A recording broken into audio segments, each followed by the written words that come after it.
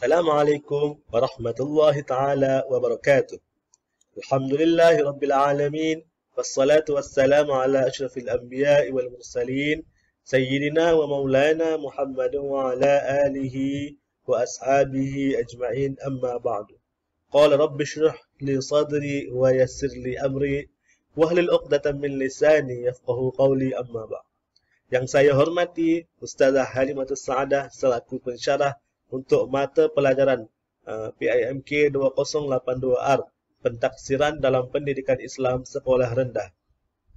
Saya Ahmad Munib bin Muhammad bersama dua orang lagi rakan Awang Hafizul Hilmi bin Awang Putih dan juga Amir Hasad bin Nur Asad akan membentangkan tajuk penggunaan aplikasi dalam talian norma baharu dalam pentaksiran pendidikan Islam.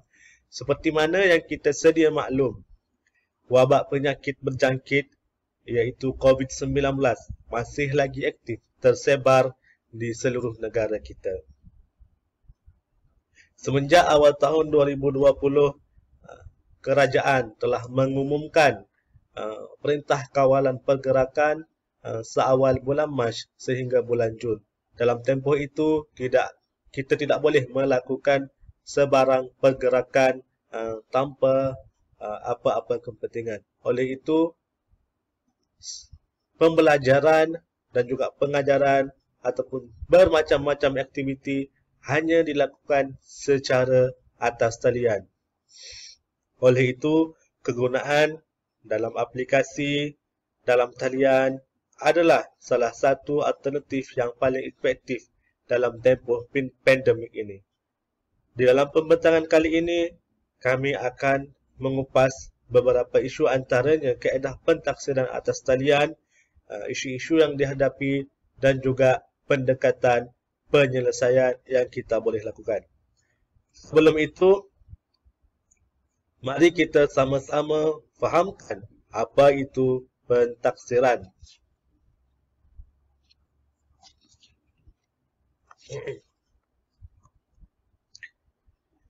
Pentaksiran merupakan pusat kepada pengajaran dan pembelajaran.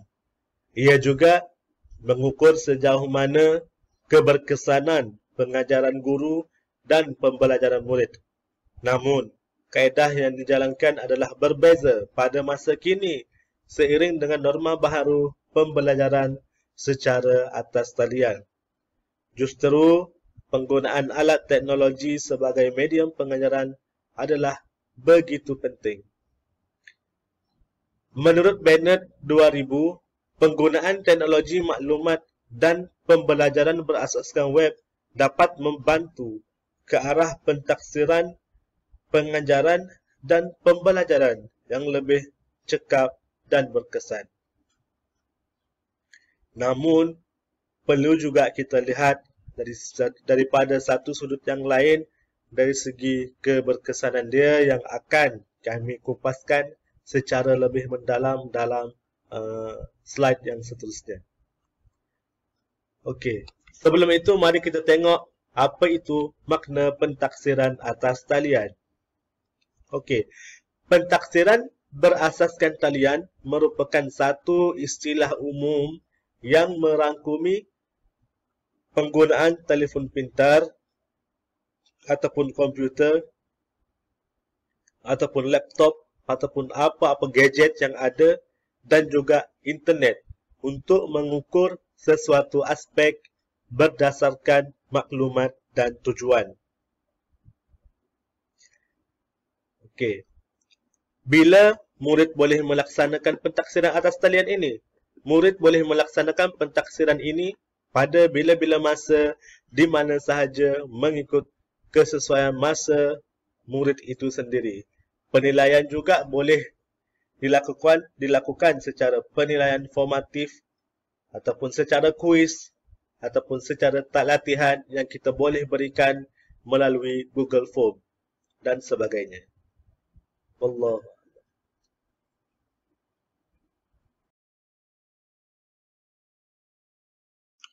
Seterusnya, kita beralih pula ke kaedah pentaksiran menerusi aplikasi dalam talian. Aplikasi dalam talian ini kita boleh kategorikan kepada 5 bentuk. Yang pertama iaitu aplikasi secara permesejan ataupun aplikasi messenger. Yang kedua adalah aplikasi melalui komunikasi video. Dan yang ketiga, aplikasi pelantar soal jawab ataupun survey. Yang keempat adalah aplikasi permainan ataupun kuis interaktif. Dan yang kelima adalah aplikasi video atas talian. Kita pergi kepada aplikasi permesejan ataupun aplikasi messenger. Kebiasaannya, guru akan menggunakan dua bentuk aplikasi yang mudah akses, iaitu aplikasi WhatsApp dan juga aplikasi Telegram. Kerana aplikasi WhatsApp dan Telegram ini diguna pakai secara meluas dalam kalangan guru dan juga ibu bapa murid. Jadi ia lebih memudahkan penghantaran soalan ataupun bentuk pentaksiran itu mudah ditadbir melalui dua aplikasi ini.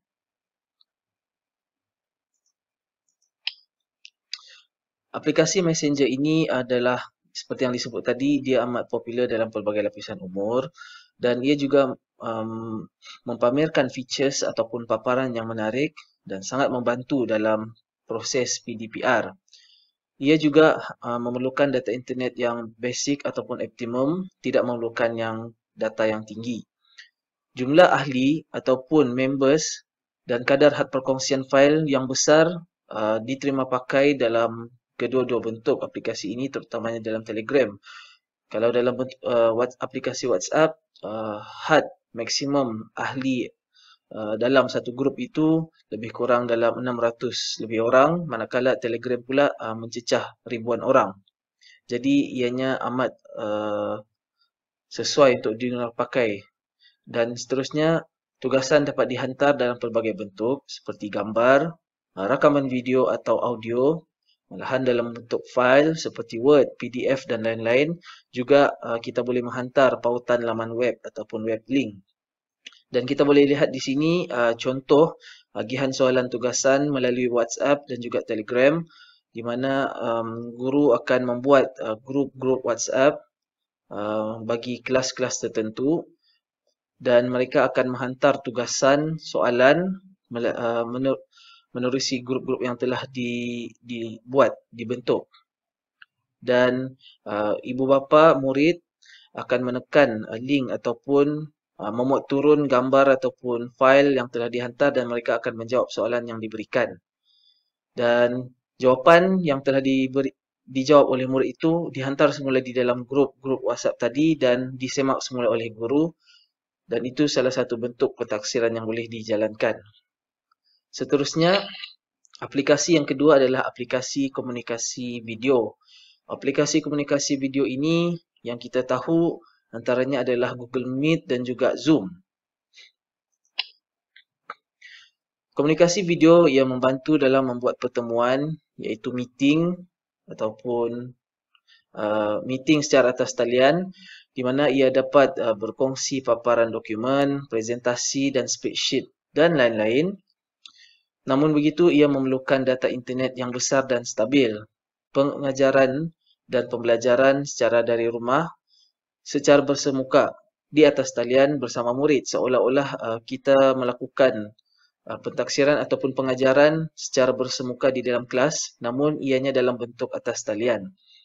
Dan proses pembelajaran malahan pentaksiran lebih efisien kerana penyampaian topik ataupun soalan yang diberikan adalah secara direct daripada guru kepada murid. Dan seterusnya, ia juga boleh dirakam atau direkod dan akan diulang tayang atau ditonton semula oleh orang yang terlibat. Kemudian aplikasi yang ketiga adalah pelantar soal jawab ataupun survey. Dan ini adalah amat sesuai untuk dilakukan bagi melakukan pentaksiran secara atas talian. Antaranya adalah dalam bentuk Google Form dan juga Google Classroom. Google Form adalah salah satu alat bagi mengumpul maklumat dari pengguna, iaitu murid, melalui kaji selidik ataupun kuis peribadi yang ditadbir oleh guru. Dan maklumat kemudiannya dikumpulkan dan disambungkan secara automatik ke dalam hamparan spreadsheet. Jadi kita boleh lihat contoh di dalam Google Form ini, di mana guru akan membina satu bentuk soalan di dalam Google Form Dan soalan-soalan yang ditadbir itu telah ditetapkan ataupun automatic setting akan diberikan skema jawapan dan juga pemarkahan secara terus setelah murid menghantar menjawab soalan yang diberikan dengan menekan butang submit. Manakala Google Classroom pula, guru boleh membentuk grup-grup kerana ia adalah satu platform pembelajaran talian yang boleh menggabungkan murid dalam satu folder melalui Drive dan boleh menghantar tugasan diberikan secara terus. Seperti kata, grup yang telah dibentuk itu seperti tahun 1 katakan, jadi guru boleh menghantar tugasan itu di dalam grup yang telah dibuat dan semua bentuk arahan dan juga maklum balas daripada murid secara terus dipaparkan di dalam Google Classroom tersebut. Dan guru juga boleh menetapkan masa had yang murid boleh hantar jawapan dan juga guru boleh menyemak kemudian. Aplikasi yang keempat adalah aplikasi kuis interaktif ataupun permainan. Kebiasaannya kita boleh guna pakai dalam dua bentuk ataupun dua jenis aplikasi iaitu quizzes dan juga word wall. Dan ianya amat popular dalam kalangan guru.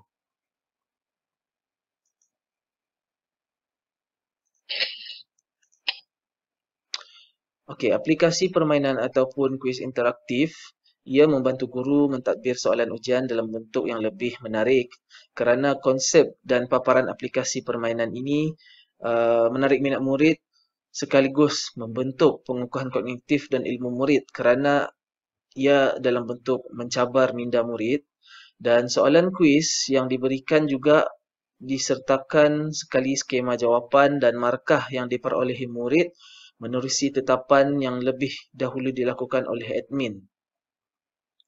Dan proses pentaksiran adalah lebih mudah dan efisien. Dan kita boleh lihat contoh di bawah ini ada word wall dan juga quizzes.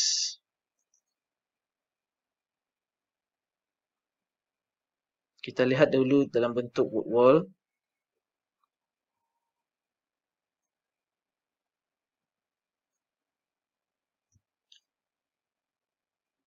Baik, ini adalah contoh aplikasi bagi word wall di mana setelah murid menekan link yang diberikan oleh guru, mereka boleh menaip nama mereka di sini dan mereka boleh tekan butang mula.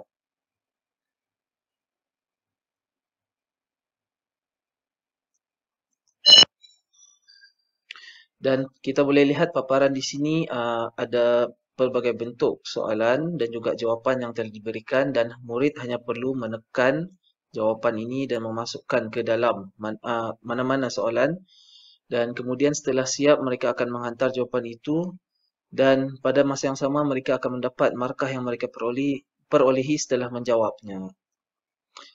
Baiklah, kita beralih pula ke aplikasi yang kelima, iaitu aplikasi video atas talian.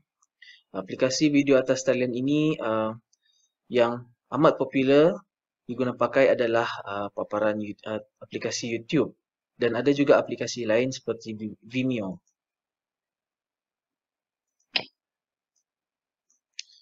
Okey, aplikasi video atas talian ini ia lebih kepada bentuk laman perkongsian video yang mudah diakses oleh murid dan ia juga menjadi platform dalam penyampaian pengajaran melalui video yang dicipta dan dimuat naik oleh guru untuk ditonton murid.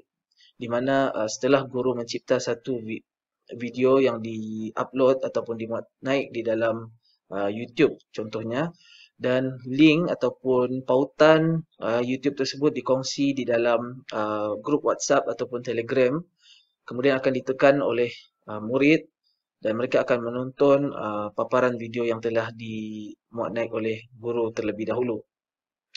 Pendekatan animasi ataupun grafik dapat menarik minat murid dan mereka menonton dan memahami topik yang dipelajari. Dan guru boleh melaksanakan soalan ataupun mentadbir kuis setelah murid menonton video yang telah dicipta oleh guru melalui aplikasi seperti Google Form ataupun aplikasi WhatsApp dan sebagainya yang telah kita bincangkan terlebih dahulu.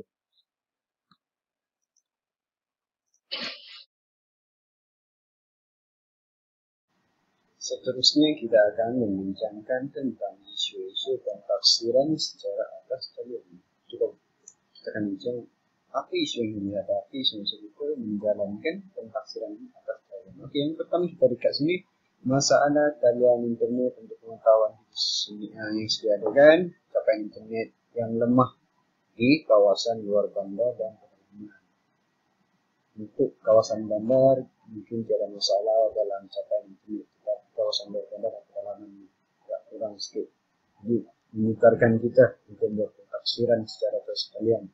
Lepas itu ada gangguan lagi yang kita dibuatkan. Tengah-tengah ni, tengah buat pentafsiran dengan buat kelas apa semua ni, tiba-tiba elektrik putus, hujan. Jadi ini mengganggu proses pentafsiran kita secara atas sekalian. Okey, baik, seterusnya kekurangan peralatan. Biasanya murid terpaksa berfungsi dengan adik-beradik yang lain. Kalau contoh dia ada 4 adik-beradik. Dalam masa yang sama ada juga 4 adik-beradik ni, ada juga kelas dalam masa yang sama. Ada pentafsiran juga. Jadi ini terpaksa berfungsi-fungsi. Besok ada ibu bapa yang tidak mampu untuk beli sesedia satu-satu. Kalau yang mampu tidak apa, tapi yalah, kawasan luar bandar yang berpendapatan rendah, harapkan satu gadget saja. Jadi ini salah satulah isu yang kita hadapi kalau kita buat siaran sekalian ni. Okey, lepas tu kita ada kurang kemahiran. Ada ibu bapa ni ada tidak mahir menggunakan aplikasi segala macam. Dia tahu WhatsApp, itu pun voice. Ada yang kadang-kadang ibu bapa dia tahu pun jadi voice. Jadi kalau kita cerita, okey kita buat kelas secara Google Classroom. Apa tu Google Classroom? Kena download lagi apps apa semua. Sebab kita Google Meet petang ni, apa tu Google Meet? Jadi ini akan menyukarkan kita isu ini. Kurang kemahiran kan ibu bapa dia tidak biasa. Jangankan ibu bapa, kita yang guru-guru ni pun first time ada rupanya Google Meet ni.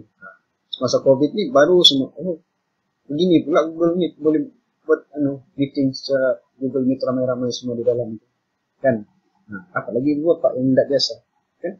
Ini antara salah satulah isu. Seterusnya kurang keberkesanan. Sebab apa kurang keberkesanan? Sebab kekangan masa dan keadaan yang kita pakai. Biasa kita berdepan-depan kan. Lagi-lagi kalau yang macam pendidikan Islam, bacaan Quran apa semua, kita sepatutnya kita latih murid itu baca.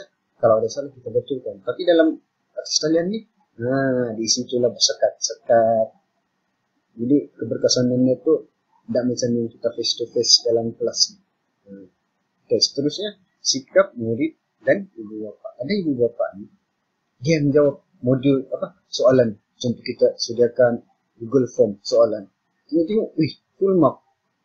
Kadang-kadang ibu bapa dia tanpa dalam telefon kan, telefon dia pakai, dia tinggi jawab. Lepas tu dia ketidakpedulian ibu bapa terhadap pembelajaran anak. Mula sebab mungkin ada yang kerja balik rumah malam sudah. Jadi penat sampai rumah rehat.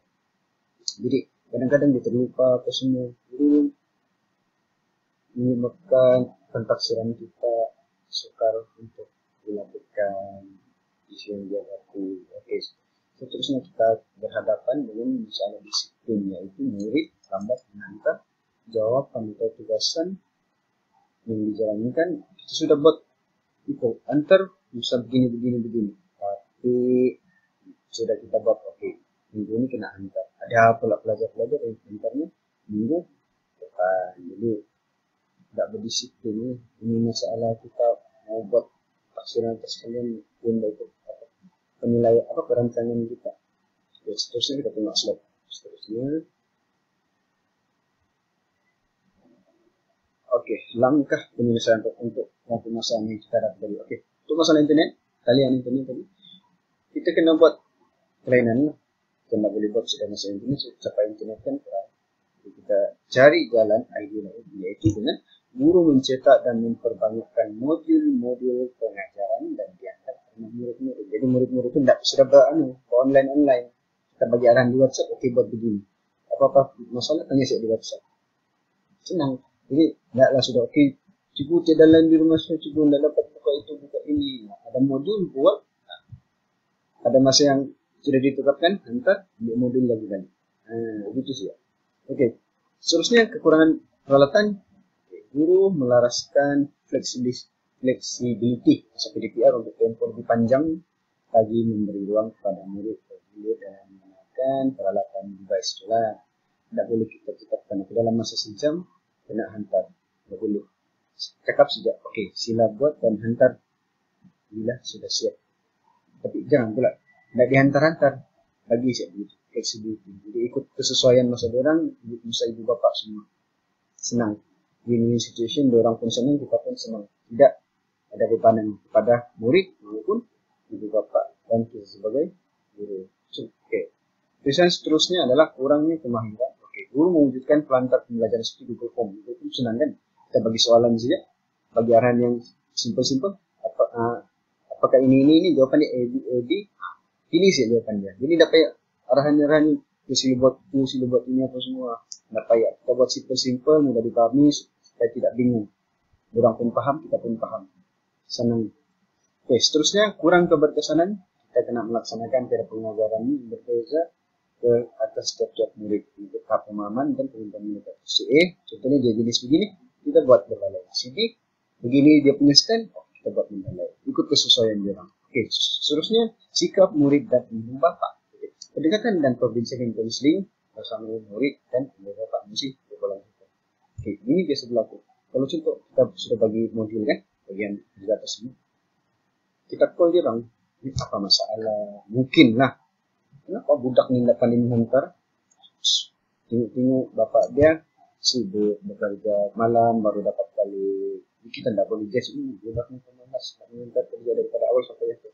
Tengok bapak ni bekerja, pasal telefon tu bapak dia yang pakai. Jadi tidak ada di rumah. Mungkin sudah balik di rumah, kan terus gitu. Jadi kerja yang mau dibagi sama bapak anak tu tidak sudah terbuat. Jadi kita berbincang di situ ya, untuk perbincangan dua hal. Kita tidak boleh terus jatuhkan hukuman begitu saja. Okey, seterusnya untuk disiplin mewujudkan sistem ganjaran terhadap murid yang menempati masa dalam menyiapkan tugas. Kita bagi motivasi kepada yang lain, contoh kita wujudkan sijil dan situ bagi hadiah dengan murid-murid ini.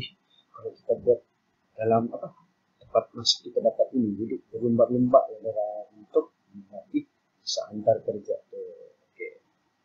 Sekian itu saja daripada kumpulan kami. Sekian wabillahi taufiq wal hidayah. Assalamualaikum.